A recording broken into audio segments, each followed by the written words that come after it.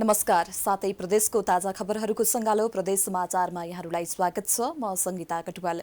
आउनुहोस् प्रदेश समाचार सुरु गरौँ अहिलेसम्मका मुख्य समाचारबाट।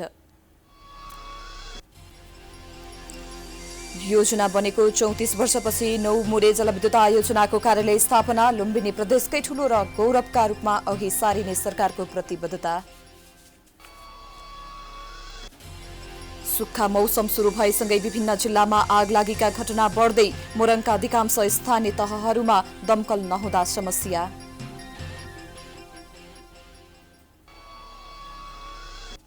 माओवादी मन्त्रीले सरकारबाट राजीनामा दिएपछि गण्डकी प्रदेशमा राजनीतिक गतिविधि बढ्दै।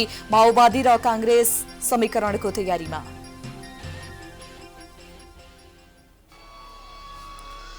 र नापी शाखाद्वारा महोत्तरीको बर्दिवास 7 का 300 घर परिवारलाई लाल पूर्जा वितरण। वर्षौंदेखि पूर्जा विहीन भएकाले पूर्जा पाएपछि दङ्ग।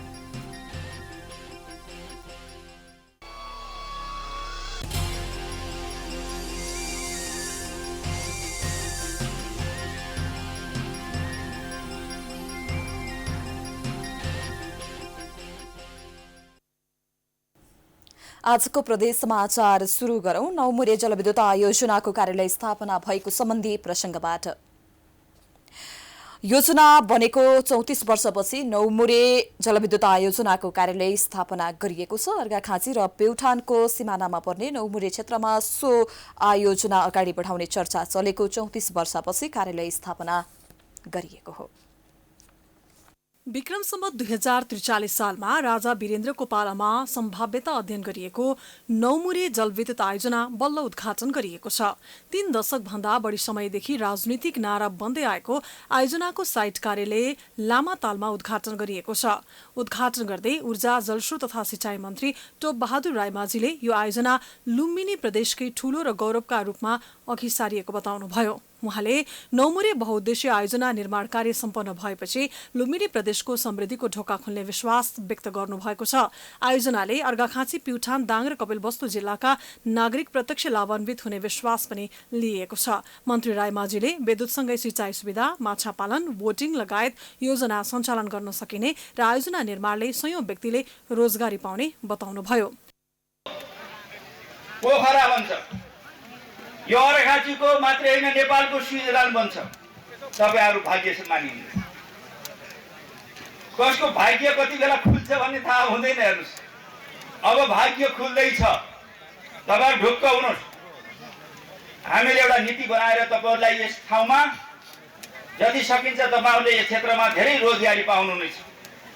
घर खाली हुन्छ जस्तो लाग्दैन मलाई। कोही मान्छेलाई खाली बस्न नदिने हुन्छ जस्तो लाग्छ मलाई। 9 मुरे आयोजनालाई पटक पटक यो क्षेत्रका जनप्रतिनिधिले घोषणा पत्रमा समावेश गरे पनि प्राथमिकतामा पर्न सकेको थिएन। तत्कालीन पञ्चायत सरकारले आयोजना निर्माण गर्ने भन्दै विक्रम सम्वत 2043 देखि 2046 सालसम्म भौगोलिक परीक्षण, पानीको बहाव परीक्षण तथा सर्वेक्षण समेत गरेको थियो। बहुदल आएपछि आयोजनाको काम रोकिएको स्थानीयको भनाइ छ। आयोजनाको नाममा धेरै पटक छलकपट भइसकेकाले आशावादी भए पनि आयोजनाको काम अघि बढ्छ भन्ने कुरामा जनता विश्वास त छैनन्। अहिले पनि अब हामीले आज उद्घाटन गर्ने भनिसकिसकेपछि सायद यो काम सफल होला जस्तो लाग्छ र हामीलाई पनि जाम भनेर हाम्रो गाउँको नेताहरूले भन्नुभयो। त्यसरी हामी जाम त्यो ठाउँ कस्तो रहेछ हामीले पनि हेर्दा राम्रो हुन्छ भनेर हामी यसरी आएका। सायद हामीलाई यो अहिले काम सफल होला जस्तो लाग्छ। आज हुँदै गर्दा यत्न आइपुग्दा अलिकति आशा चाहिँ जागेको छ अब हुन्छ कि भन्ने। यो सरकारी अब तपाईँको यो राज्यको यो दलीय यो उताप चढावले गर्दाखेरि अझै पनि के असङ्गठित अब अझै पनि यति गर्दा पनि हामी ढुक्क चाहिँ छैनौँ। अब जनतालाई अहिले पनि हामी ठ्याक्कै बन्छ नै उद्घाटन हुँदैछ। आज आशा गरौँ जहाँसम्म सम्पन्न होला बन्ला।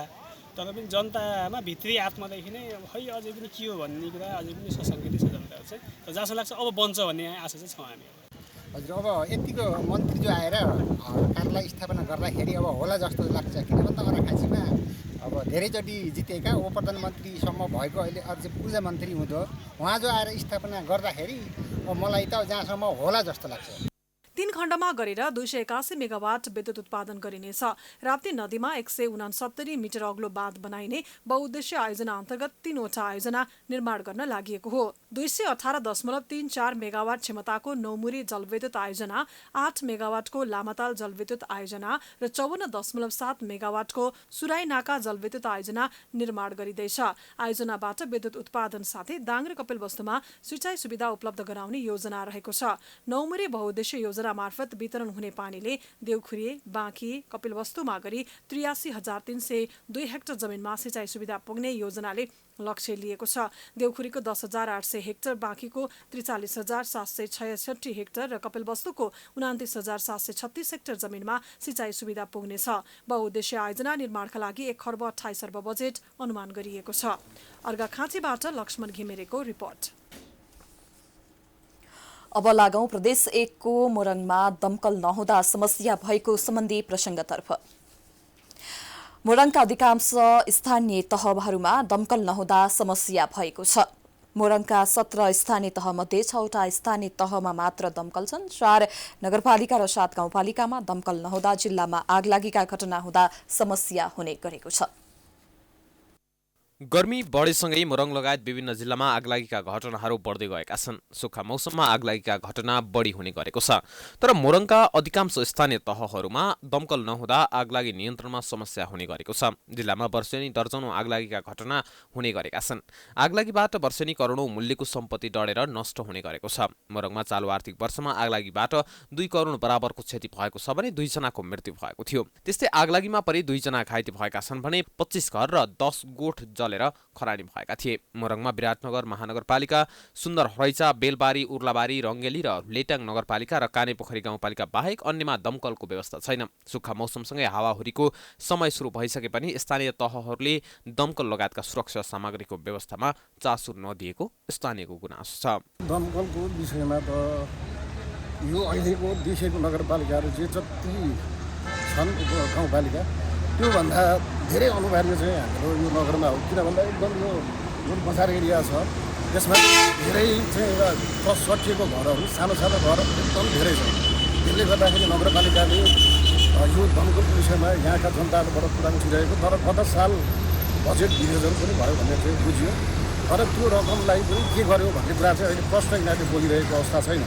तर जुन ढङ्गले चाहिँ अहिले यो 25 वर्षभित्र नगरपालिकाले काम गरिरहेछ, अत्यन्त अरू नगरपालिकाको हाम्रो नगरपालिका गरेको काम चाहिँ लज्जितै छ जस्तो लाग्छ मलाई। मोरङको केराबारी, लेटाङ र मेक्लाजुङमा दमकल नहुँदा त्यस क्षेत्रमा आगलागी हुँदा ठूलो धनजनको क्षति हुने गरेको छ। त्यस्तै मोरङकै सुगम र उच्च जनसङ्ख्या भएको पथरी, शनिश्चरे, सुनवर्षी र रतुवामाई नगरपालिकामा पनि दमकल नहुँदा हरेक वर्ष हुने आगलागीबाट ठूलो क्षति हुँदै आएको छ। सरकारले प्रत्येक नगरपालिकामा दमकल राख्नुपर्ने नीति बनाएको भए पनि स्थानीय तहहरूले बेवास्ता गर्दै दमकलको व्यवस्थापन गरेका छैनन्। पथरी शनिश्चरले गत वर्षको वार्षिक बजेटमा 70 लाख रुपियाँ दमकल खरिदका लागि विनियोजन गरेको थियो। तर उक्त रकम दमकल खरिदमा प्रयोग नगरी नगरपालिकाले अन्य शीर्षकमा खर्च गरेको नगरपालिका स्रोतले जनाएको छ। यो विषयमा चाहिँ जनताप्रति नगरमा जनप्रतिनिधिहरूले अलिकति व्यवस्था गर्नुभएको हो कि यो बारेमा सिरियस नहुनुभएको हो कि यो त प्राथमिकताकै हिसाबले पनि पहिलो प्राथमिकता दिनुपर्ने जस्तो लाग्छ। जस्तो कि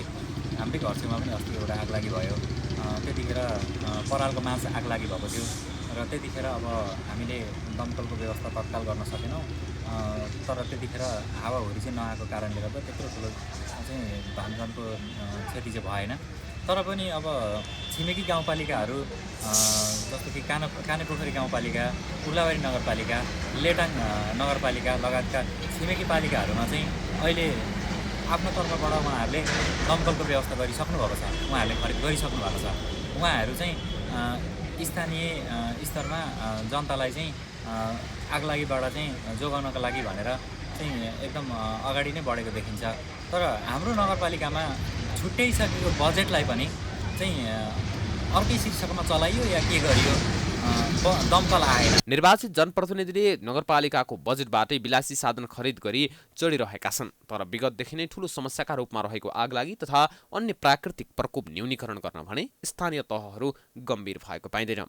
प्राइम टाइम्स टेलिभिजनका लागि मोरङबाट कुमार खड्काको रिपोर्ट।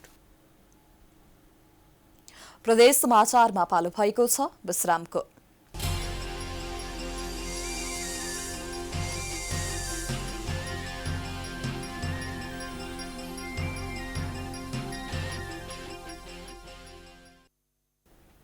विश्रामपछि स्वागत छ। अबको क्रममा मोरङमा युवाहरूको सक्रियतामा पर्यटन व्यवसाय सञ्चालन भएको सम्बन्धी प्रसङ्गतर्फ लागौं। मोरङको उर्लाबारी 8 मौलीबारीमा रहेको natural fun park and resorts Prali नयाँ वर्षदेखि सञ्चालनमा आउने भएको छ। उक्त स्थान पर्यटकीय स्थलको रूपमा स्थापित हुँदै पनि गएको छ। स्थानीय 2 युवाहरूको संयुक्त लगानीमा मङ्जिल एग्रिकल्चर कम्पनीद्वारा सञ्चालित सो पार्कमा आवश्यक भौतिक संरचना सहित 4 करोड भन्दा बढी लागत रहेको बताइएको छ। करिब 4 वर्ष अगाडिदेखि सुरु गरिएको सो पार्क यति बेला आन्तरिक पर्यटकको घुमफिर गर्ने स्थल बन्दै गएको छ। लामो समय लगाएर पूर्वाधार तयारीमा जुटेको यो फन पार्क नयाँ वर्षको अवसर पारेर सर्वसाधारणका लागि औपचारिक रूपमा खुल्ला गरिने भएको हो। आइल्यान्डभित्र भ्यू टावर छ, त्यसमा चाहिँ आइल्यान्ड चाहिँ हाम्रो जम्मा जम्मी 4वटा आइल्यान्ड रहेको छ। एउटामा भ्यू टावर छ, 2टा आइल्यान्डमा हामीले गेस्टको लागि सुविधा सम्पन्न हामीले गेस्ट रुम 2टा भ्यू टावरमा 4वटा गेस्ट रुम हामीले तयार पार्नेछौँ। त्यसमा अहिले तत्काल 2टा गेस्ट रुम तयार भइसकेको अवस्था छ। यसमा हाम्रो यो अब क्षेत्रफलको हिसाबमा चाहिँ हाम्रो जम्मा जम्मी 11 बिघा जग्गामा हामीले यो काम गरिरहेका छौँ।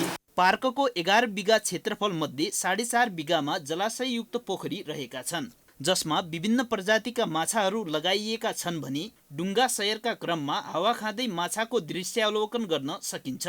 बोटिङका लागि पोखरी, डुङ्गा, बालबालिकाका लागि बालोद्यान, सेल्फी डाँडा, आरामदायी cottage, view tower, lodge, picnic spot, seminar hall, झरना साथै फिसरिङ गरी माछाका अनेकौं परिकारको स्वाद पार्कमा लिन सकिन्छ। केटाकेटीहरू खेल्नको लागि हामीले त्यहाँनिर एउटा भवन जस्तो बनाएको छ। माथि घाम हुन्छ केटाकेटीलाई भनेर त्यहाँनिर माथि टिनको जस्ता लगाएर तल केटाकेटीहरू खेल्ने पिङहरू हरेक कुराहरू, अनि फोटो सेसन गर्नको लागि तपाईको हामीले त्यहाँ सेल्फी डाँडो अनि भ्यू टावर। पूर्व पश्चिम राजमार्गदेखि करिब 7 किलोमिटर दक्षिणमा पर्ने सो पार्कले आन्तरिक पर्यटकलाई प्रवर्धन गर्दै 20 जनालाई रोजगारी समेत दिँदै आएको छ। स्वदेशी भूमिमै केही गरौँ भनेर लागेका युवाहरू डिल्लीराम न्यौपाने र माधव प्रसाद ढुङ्गानाको जोश र जागरले यति बेला ओक्रा नदीको किनार सुन्दर र लोभलाग्दो भएको छ। Natural fun park and resort Prali जुन नाम अनुसारको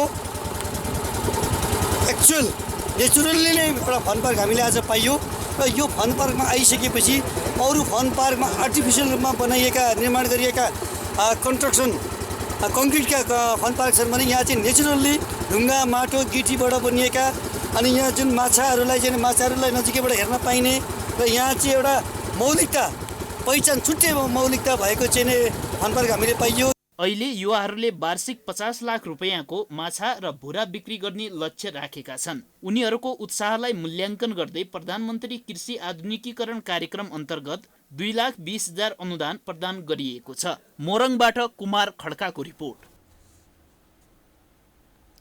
अब लागौं गण्डकी प्रदेशमा माओवादी मन्त्रीको राजीनामापछि राजनीतिक सरगम बढेको सम्बन्धी प्रसङ्गतर्फ। गण्डकी प्रदेशमा केन्द्रको विवाद देखिएको छ। गत बुधबार माओवादी केन्द्रका तर्फबाट सरकारमा रहेका 2 मन्त्री बाहिरिएपछि प्रदेश सरकारमा तरङ्ग पैदा भएको छ। तर सरकारलाई दिएको समर्थन यथावत रहेकाले तत्काललाई सत्ता समीकरणमा फेरबदल नहुने देखिएको छ। तर पनि पृथ्वी सुब्बा गुरुङ नेतृत्वको सरकार धर्मराएको देखिन्छ। गण्डकी प्रदेश सरकारमा माओवादी केन्द्रबाट सरकारमा रहेका आन्तरिक मामिला तथा कानून मन्त्री हरिबहादुर चुमान र भूमि व्यवस्था कृषि तथा सहकारी मन्त्री लेखबहादुर थापाले राजीनामा दिएपछि प्रदेश सरकारप्रति सबैको ध्यान गएको छ। पार्टीको विवादका कारण आफूहरूले सरकारबाट बाहिरिएको तर समर्थन यथावत रहेको माओवादी केन्द्रको भनाइ छ। गण्डकी प्रदेशका अन्य राजनैतिक दलहरूसँग छलफल गरेर आफूहरू छिट्टै नयाँ ढङ्गबाट अगाडि बढ्ने नेता हरिबहादुर चुमानले बताउनुभयो। अब यो सरकारको भन्दा पनि यो प्रदेश सभालाई 5 वर्षसम्म निरन्तर अगाडि बढाउने कुरा मुख्य हो। सरकार फेरबदल हुन सक्छन् तर यो प्रदेश सभा निरन्तर चल्न पर्छ। अब यो सन्दर्भमा कुरा के रह्यो त भन्दाखेरि अब प्रक्रियाहरू छन् यसका आफ्नै। अब भोलि समर्थन फिर्ता भएको अवस्थामा अब अहिलेको सरकार अर्थात् जो मुख्यमन्त्री नेतृत्व गरिराख्नु भएको छ उहाँले अब विश्वासको मत लिनुपर्ने हुनसक्छ अथवा सिधै अविश्वासकै प्रस्ताव पेश हुन पुग्यो भने त्यसको सामना गर्नुपर्ने हुनसक्छ। माओवादी केन्द्रका 2 मन्त्रीले बुधबार राजीनामा दिएसँगै काङ्ग्रेसले आफ्नो नेतृत्वमा नयाँ सरकार गठनका लागि गृह कार्य थालेको छ। हालको सरकार विस्थापित गरेर अगाडि बढ्ने निर्णय अनुरूप छलफललाई अगाडि बढाएको काङ्ग्रेसको भनाइ छ। नेपाली काङ्ग्रेसको संसदीय दलको औपचारिक बैठक अस्ति बसेर के निर्णय गरेको छ भने अहिलेको यो वर्तमान गण्डकी प्रदेश सरकारलाई विस्थापित भन्नाले हटाउनको लागि पहल गर्ने भन्ने हाम्रो निर्णय भएको छ। पहल भने के हो त भन्दाखेरि हामी एक्लैले त त्यो गर्न सक्दैनौँ। जस्तो माओवादी केन्द्र अनि त्यसपछि जनता समाजवादी अनि जनमोर्चा हरूसँग बसेर सल्लाह गरेर हामी यो सरकारलाई विस्थापित गर्न चाहन्छौँ। माओवादीका 2 मन्त्रीको राजीनामापछि सरकारले आफ्नो योजना बनाएको गण्डकी प्रदेश सरकारले जनाएको छ। कसरी अगाडि बढ्ने भने ठोस योजना बनिसकेकोले अन्य दलसँग सहकार्य गरेर अगाडि बढ्ने सरकारका प्रवक्ताको भनाइ छ। सदनमा रहेका सबै दलहरूसँग केही न केही कुराकानीहरू भएको छ, तर सरकारमै रहने कि नरहने भन्ने सन्दर्भमा र आउने कि नआउने भन्ने सन्दर्भमा कुरा चाहिँ भइरहेको चाहिँ छैन। अब हामी त्यो तहमा पनि कुरा गरेर हामी अब कुनै दलसँग सहकार्य गरेर हामी चाहिँ अगाडि बढ्ने तत्कालको स्थिति नभए तापनि अब केही समयपछि चाहिँ हामी त्यो कार्यको पनि प्रारम्भ चाहिँ गर्न सक्छौँ। 60 सदस्यीय प्रदेश सभामा एमालेका 27 सदस्य छन्। मनाङबाट स्वतन्त्रमा चुनाव जितेका राजीव गुरुङ, दीपक मनाङ्गेको समर्थन अहिलेको सरकारलाई छ। काङ्ग्रेसका 15, माओवादी केन्द्रका 12 र जनता समाजवादीका 2 र जनमोर्चाका 3 प्रदेश सदस्य छन्। तसर्थ नयाँ सरकारका लागि बहुमत 31 सांसद जुटाउन राष्ट्रिय जनमोर्चाको निर्णायक भूमिका देखिन्छ। कास्कीबाट अनिता घिमिरेको रिपोर्ट। प्रदेश समाचारमा पुनः पालो भएको छ विश्रामको।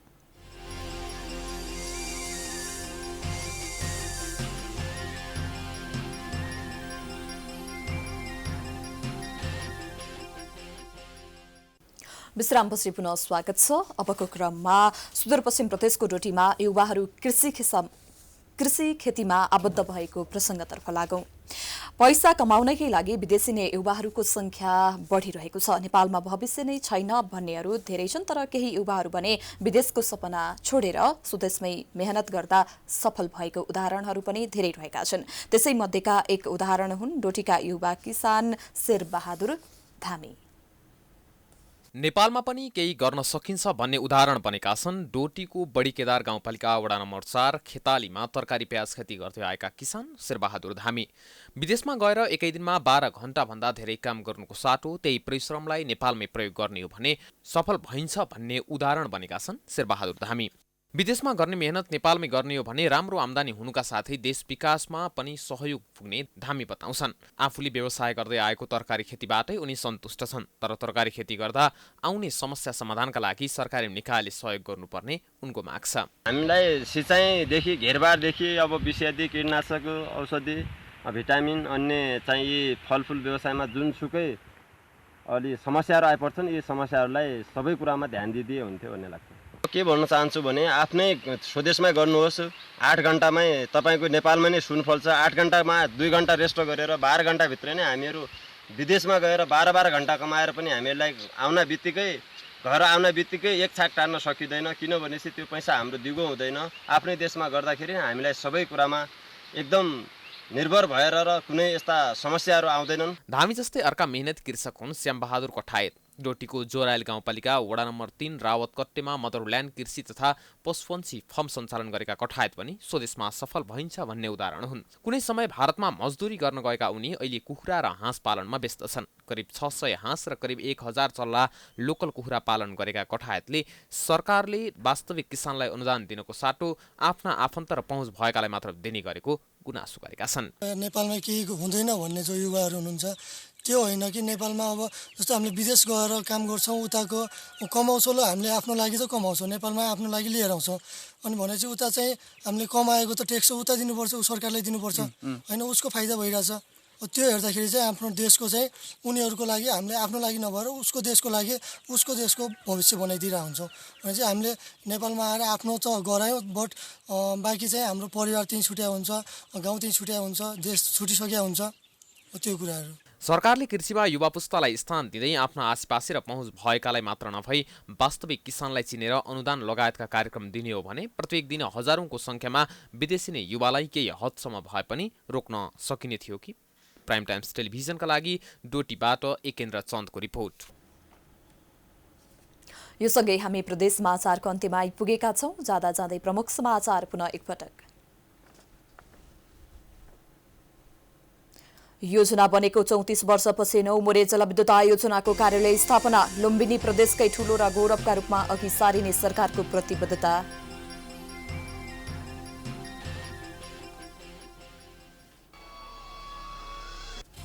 सुक्खा मौसम सुरु भएसँगै विभिन्न जिल्लामा आगलागीका घटना बढ्दै। मोरङका अधिकांश स्थानीय तहहरूमा दमकल नहुँदा समस्या।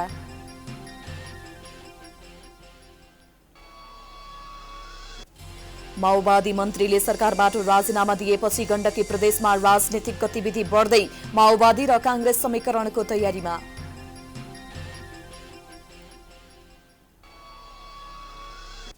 र नापी शाखाद्वारा महोत्तरीको बर्दिवास 7 का 300 घर परिवारलाई लाल पूर्जा वितरण। वर्षौंदेखि पूर्जाविहीन भएकाले पूर्जा पाएपछि दङ्ग।